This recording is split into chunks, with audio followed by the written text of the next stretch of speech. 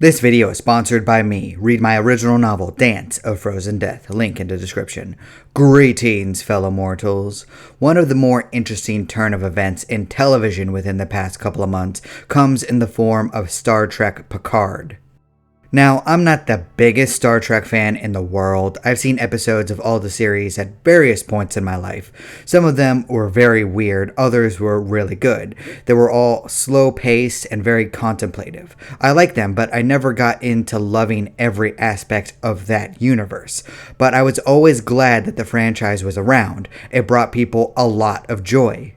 Except for the past couple of years, of course. I think it started with the newest trilogy of movies, which were okay at best and terrible at worst. It felt like Star Trek was trying to be Star Wars, and then the shows happened, from the Lower Decks mess to Discovery.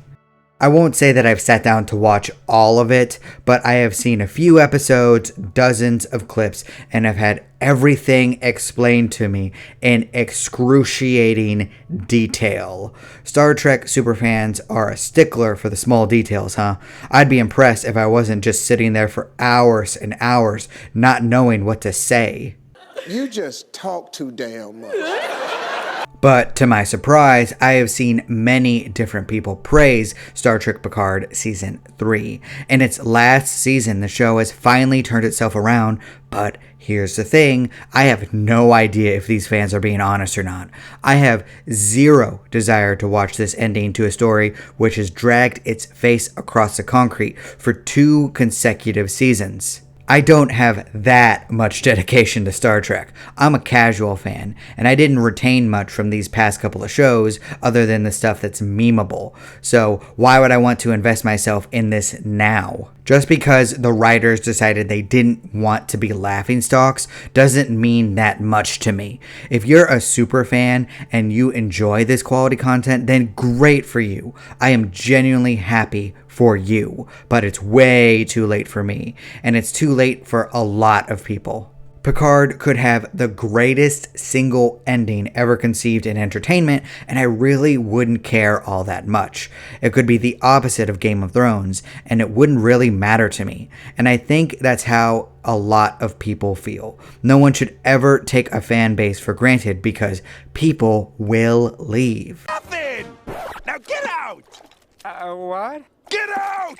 Everybody get out! You're spoiling me moments! And that leads to a lot of interesting questions. Which is better?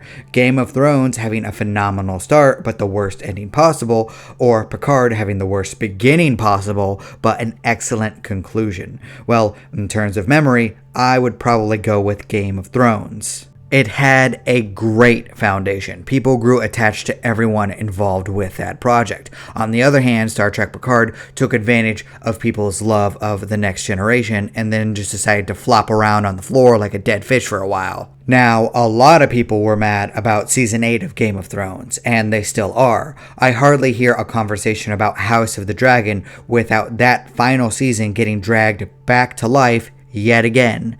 I think of it like this. Imagine you're watching a basketball game. Which scenario is more interesting to you? If, at the start, the game is super competitive, but becomes a blowout in the final quarter because one side gassed out, then you'll probably view the experience somewhat fondly. But what if, in another scenario, one team is destroyed for 3 quarters but tries really, really hard at the end? You're probably going to wonder why that team didn't bring this out when they still had a chance to win. Winners don't lose! I wouldn't be too sure about that, man. All of this isn't to say that redemption for a story isn't possible. Something can start out mediocre and get really good. It just can't fail completely at the start and have goodwill afterwards. The biggest example that I can think of is Cyberpunk 2077. My God, did that have a terrible start or what? That entire game was a mess when it came out. And truth be told, I don't think that it ever completely got over its glitchy start. Even when I went back and tried the game again, I was immediately annoyed when some of the first enemies I faced got stuck in a wall. It reminded me of my first playthrough with it, which I wouldn't call fun. I dragged myself through the combat and the glitches. But why did I do that? Why did I come back? Well, if you have to give Cyberpunk 2077 anything, you have to appreciate the world building, the story, and the characters. I needed to see the end of V's tale, and the Edge Runner show reminded me of how much I loved this dystopian world. But I could not drag myself back into playing that game, which is barely tolerable without mods. So while I love the story of the game and of the show, I could never play through the game again without getting angry at my 100th glitch or my 3rd crash.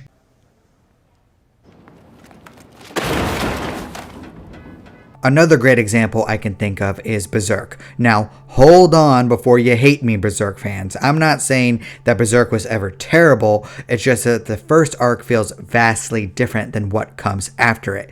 You can tell that Kentaro Miura didn't exactly know where he was going with the story at the very start. In fact, when I first started reading the manga after seeing clips of the anime, I was really confused. I thought this was a borderline homoerotic story involving Guts and Griffith. At first, I thought I was experiencing an old draft of the concept of Berserk, kind of like the one-shot version of other manga where the original idea is vastly different than the end product. But nope. That was it, and it made sense once I got into the next arc. I was watching a tragedy in motion. How could anyone end up like Guts and be redeemable or even likable? Well, Berserk showed us how. Through context, the story turns Guts into a tragic figure. The past arcs of Berserk are a tragedy in motion. You know how it ends up, but you hope against all reason that something better is going to happen. It reminds me of Better Call Saul, and if I can compare anything to Better Call Saul in a positive way, then it gets a thumbs up.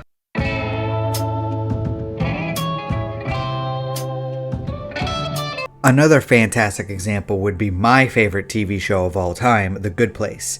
Yeah, you would think that my favorite is actually Better Call Saul, but it's not. I just decided to go with a different approach with this show to actually convince people to give it a chance. At first, the concept seems simple. Someone that doesn't belong in quote-unquote heaven gets sent to heaven and has to change in order to remain there. You'll assume that this is going to be mostly a comedy show like The Office or Parks and Rec because they have the same creator, but this is far from the truth. As the first season went on, I was surprised to see an actual overarching story that was developed each and every episode. Characters changed and remembered the lessons they already learned, and as the season shifted, everything in the past is recontextualized, making the experience even better. What starts off as just okay morphs into greatness by an amazing follow-up. Once again, I want to use the Breaking Bad universe as a comparison. After all, is the first season of Breaking Bad the best thing ever made? No, but it was recontextualized later when it evolved into one of the best shows ever made. Really makes you think. But the key through all of these examples is that none of the stories start out as complete dumpster fires. There was always something there. I don't think Picard had much other than nostalgia bait and a high budget and amazing actors. You know what? It had basically everything other than acceptable writing. But here's the thing. In every single medium, writing is the most important aspect of the storytelling process. Good writing can make any concept work. Good writing can make up for bad CGI. I'm looking at you, The Good Place. That part of the show is rough. I will never deny that.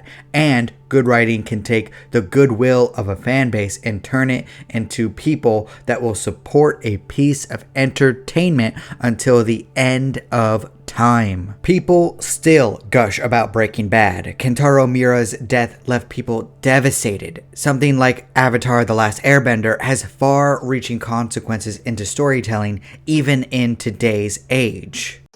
Beautiful.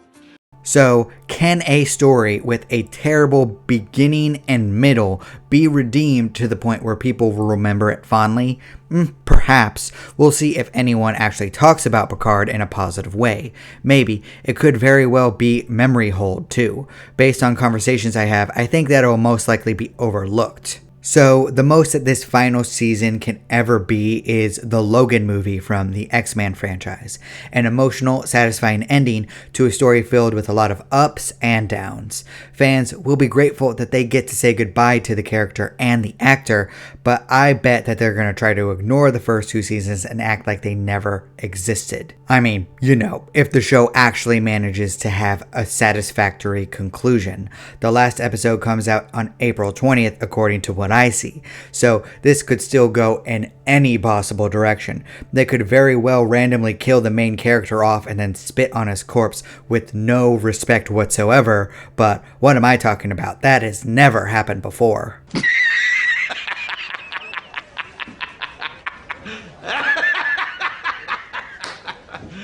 But what do you think? Am I completely off base here? Do you think that Star Trek Picard will end well? What do you think of the other series and franchises that I mentioned? Are you far in the future and have the gift of hindsight that you want to share? Please leave a comment down below. I'd love to hear your perspectives. And thank you so much for watching. If you like my takes on storytelling, please consider subscribing and liking the video. It would really help me out. Also, please remember that I just released my original novel, Dance of Frozen Death, book 1 in the Written in Stone series. Link in the description. And my second book, Above Heaven, will be released on May 1st, 2023. I hope that you will check them both out. I appreciate you. Do not despair.